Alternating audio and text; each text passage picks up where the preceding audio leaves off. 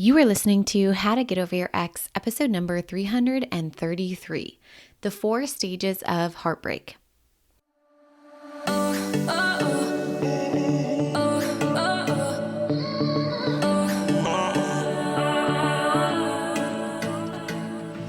Welcome to How to Get Over Your Ex, a podcast on getting over your ex without it just taking time.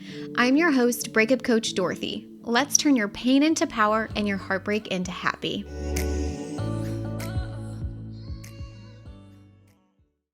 Hello, beautiful brave hearts. How is everyone doing today? I am so excited to be here with you. So I was actually interviewing a beautiful recent graduate from the Get Over Your Ex program. Actually, she hasn't fully graduated, but she's about to graduate. And she kept bringing up these lessons from an event that I did earlier, actually late 2025, in the breakup clinic. So in this breakup clinic, I taught the 4 stages of heartbreak along with the 4 remedies that go along with it. And so I figured it would be really good for me to teach it here on the podcast. So I think a lot of times people get the 7 stages of grief confused. It gets referenced for all kinds of heartbreaking moments in life, when in reality, those stages were specifically curated and created and researched with terminally ill cancer patients and their family. So since I have been helping humans heal heartbreak for almost 10 years now, which is crazy, I figured I should create and craft the stages of heartbreak. And it has been really helping so many people to not only have it kind of laid out, but also they can self-diagnose where they are, and then you're given the steps and the solutions for each stage. So let's dive in. This is going to be a 3-part series. We're going to talk about each of the stages of heartbreak in this episode. Next week, I'll teach you the remedy based off of which stage you're in. And then the following week, I'm going to share a real life example of someone who healed coming out of a divorce after a 22-year-long marriage in 6 weeks using the 4 stages of heartbreak. So let's dive in. Stage number 1 is your devastated stage. Okay, this is the first stage. This is the I can't breathe without this person stage. Now, you might be here if eating and sleeping is like completely off, right? It's hard to sleep. You're waking up in the middle of the night. You're either overeating or undereating as a result of this breakup, right? Work is really brutal. You can't focus. You're calling in, or you're just kind of staring at a screen, just feeling numb. You're constantly crying. You're looping the what ifs. You're rereading text messages. You're stalking their social media. Perhaps you're even posting cryptic things, right? Hoping that they see it. You're desperately hoping they'll come back because you cannot picture a life without them. And everything around you is triggering you. Songs, streets, coffee shops, their names, right? Now, what's missing in this is, and when you're in your devastated stage, notice that you're completely debilitated by your emotions. They're all consuming. And so what you're truly missing in this stage is safety and stability, okay? Your nervous system is a wreck. It's completely dysregulated, meaning your brain, you have a breakup brain that is turned on. You are in fight or flight. You are also missing orientation, right? You have no map for what now because everything you thought you knew is gone or destroyed or not as you knew it. You're also missing self-trust. You don't trust your decisions or your ability to understand what's real and what's not real because of everything that has happened, right? Or everything that you missed. Maybe perhaps you're blindsided, right? So the self-trust is really shattered. You're also missing emotional management. Your feelings are 100% running the show, and you're really having a hard time not letting the emotional part of you just run everything. Or you've gone to the opposite extreme and you've kind of like shut down and you're completely numb and you can't even tap into the emotions because you are afraid if you do, it will just explode, right? Now, if this is you, in this moment, this might be hard to hear, but in this moment, it's not the time for you to try to get over your ex, okay? We're simply learning how to survive the day, and that's completely valid, and this is where we start. So the remedy, or what you need specifically to elevate to the next stage that we're going to talk about on next week's episode, is something called biology baseline. But this is a nervous system hack that will immediately regulate your nervous system so you can manage your reactivity to things, so that your emotions stay separate from your decisions. You'll be able to calm yourself down enough to think logically and rationally about next steps, not letting your emotions run the whole show. Okay, you'll be able to manage your reactivity. Now, biology baseline is what I'll teach you about in next week's episode, so be sure to tune in next week for more specifics about what that is and how to use it and how to really hone in on it. So stage 1, devastated, okay? Stage 2 is your high functioning avoidant. This is the part where you're doing better, but you're still thinking about your ex pretty much every day. Your decisions are still filtered through the breakup and your ex. And you might be here in this stage if you're okay enough to function, but you think about them daily, right? Maybe you check their socials, you're hoping for a text, or you're occasionally reaching out. You still have fake arguments with them in your head. You go on dates for attention, but not connection. And more often, those dates will fall flat, or you're thinking about your ex the whole time. Your friends are kind of gently overhearing about it, but you're very much not over it. You look really good on the outside even, maybe, right? You look like you're thriving, but really you're just like a disaster inside. Potentially, you've tried no contact, journaling, therapy, gym, travel, but nothing is truly working. You avoid places that trigger you, right? You're avoiding the boba tea shop, the restaurant, the route that passes their street. You're wincing at the thought of them with someone new. Perhaps you can even see why things didn't work out and you no longer want them, but you're still angry over how it happened and have this sense of injustice. You want the breakup police to come and write them a ticket, right? And these are individuals that often come to me actually and say I don't think I need your full Get Over Your Ex program because I'm pretty much over it, because I'm pretty much over my ex.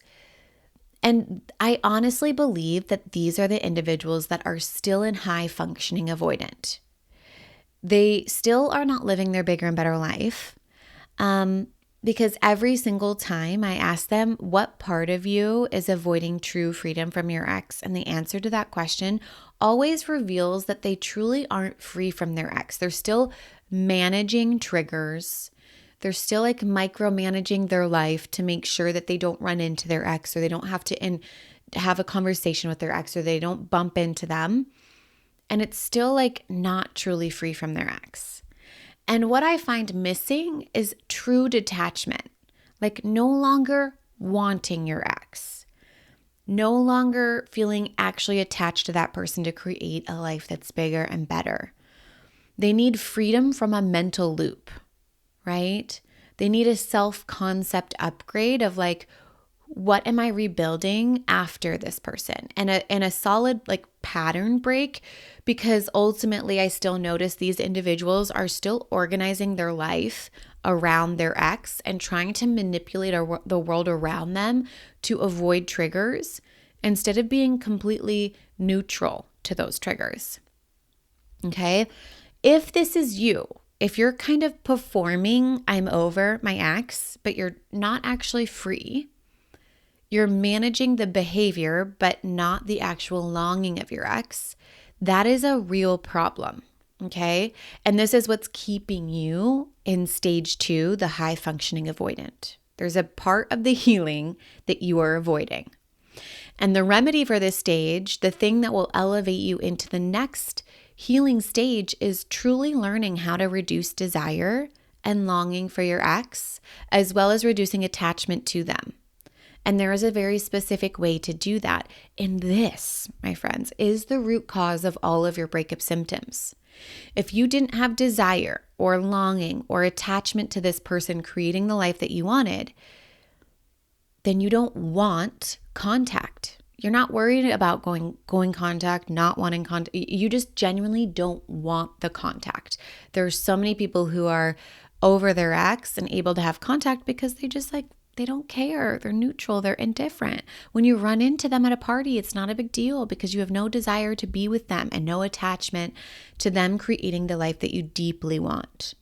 So we'll be talking about this on next week's episode on, what does it look like to reduce desire and attachment and how do we do that?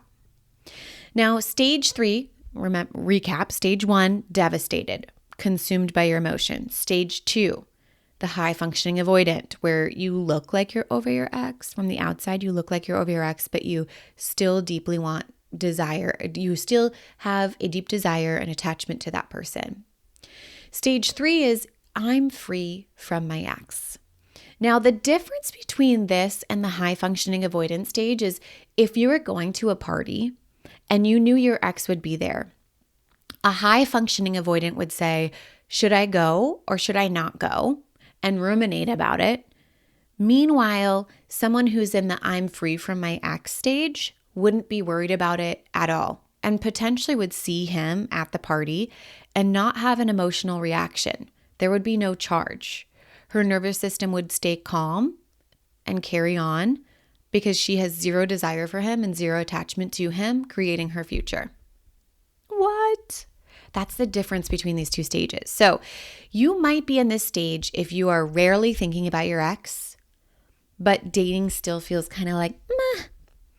Your ex is a neutral memory. So you're in this stage if you have no emotional charge when it comes to your ex. You can walk into the boba tea shop or the restaurant you used to go to them with and not even think about it. You're not terrified of them being with someone new. Life is stable. But the spark, that giddiness, that aliveness hasn't fully landed in your body. You feel calm and you believe bigger and better is possible, but it feels kind of like far away or like there's this big gap, or perhaps it's for other people. You're constantly doing mental gymnastics to convince yourself, what you want is actually available. Because remember, this stage is not the final and fourth stage of heartbreak. It's still stage 3. We're free from our ex, but we're not truly in the next stage. So perhaps you're consuming the books, the podcast, the coaching, and you still have like a sense of a missing click when it comes to your bigger and better life. And even you've perhaps even upgraded in a lot of areas, but haven't really anchored into the new so that it feels inevitable and safe and lasting, right? From the outside, in my perspective, what's missing is that from the outside, people see you as strong and capable, but on the inside, there's still this tenderness around, can I really have it all? Can I trust that I can have it all? You might even be hesitant to say you want love in a relationship because you're like, I don't want to get hurt again. You are truly free from your ex and that emotional charge has gone.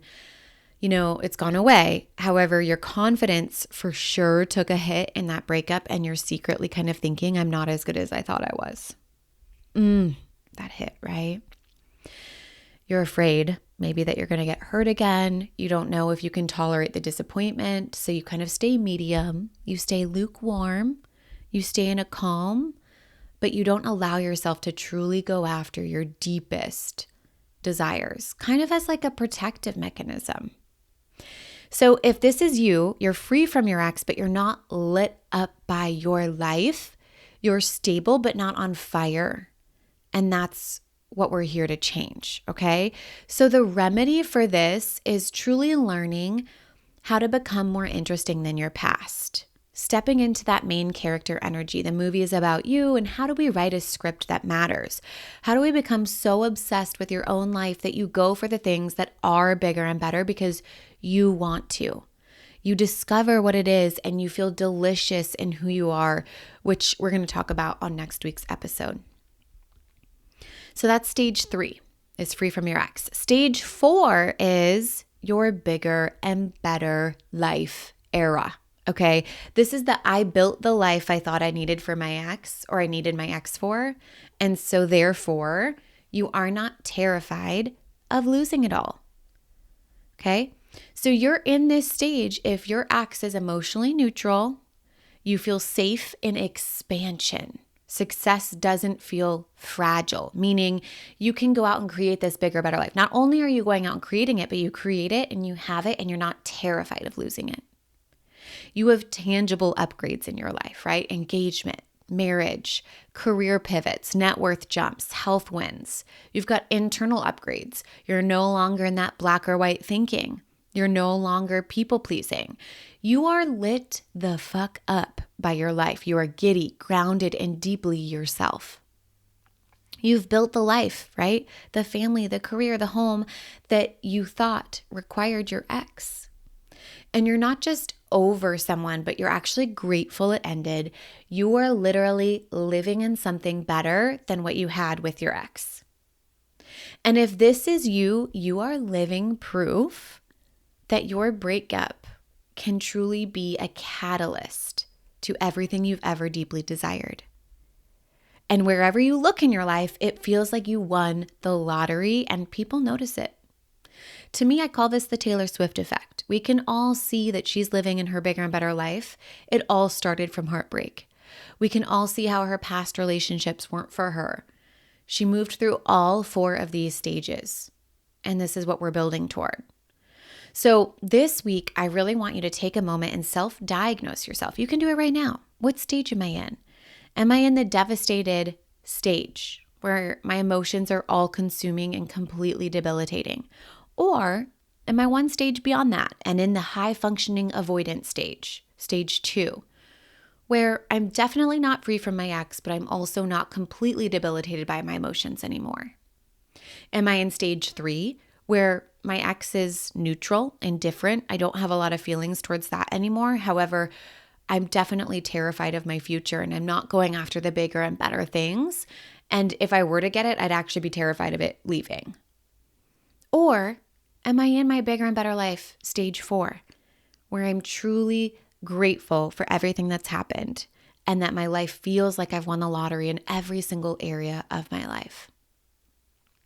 Now, if you are in stage 1, 2, or 3, I want you to ask yourself on a scale from 1 to 10, how much do I want to get to stage 3 or 4? To that stage of free from my ex or bigger and better life. And just build awareness about these things this week, okay? Next week, I am going to lay out each remedy for each stage so that you know exactly what you need to do to elevate into that next heartbreak stage to get into free from your ex and or your bigger and better life. All right. I love you guys so much. I hope you have a beautiful week, and I will talk to you next time. If you're loving the How to Get Over Your Ex podcast and you want to learn how to get over your ex in 3 months or less to build a life better than the one you thought you had with your ex, I would like to personally invite you to my next group course where we take everything you've learned here on the podcast and apply it to your life. Come check it out at www.lifecoachdorothy.com.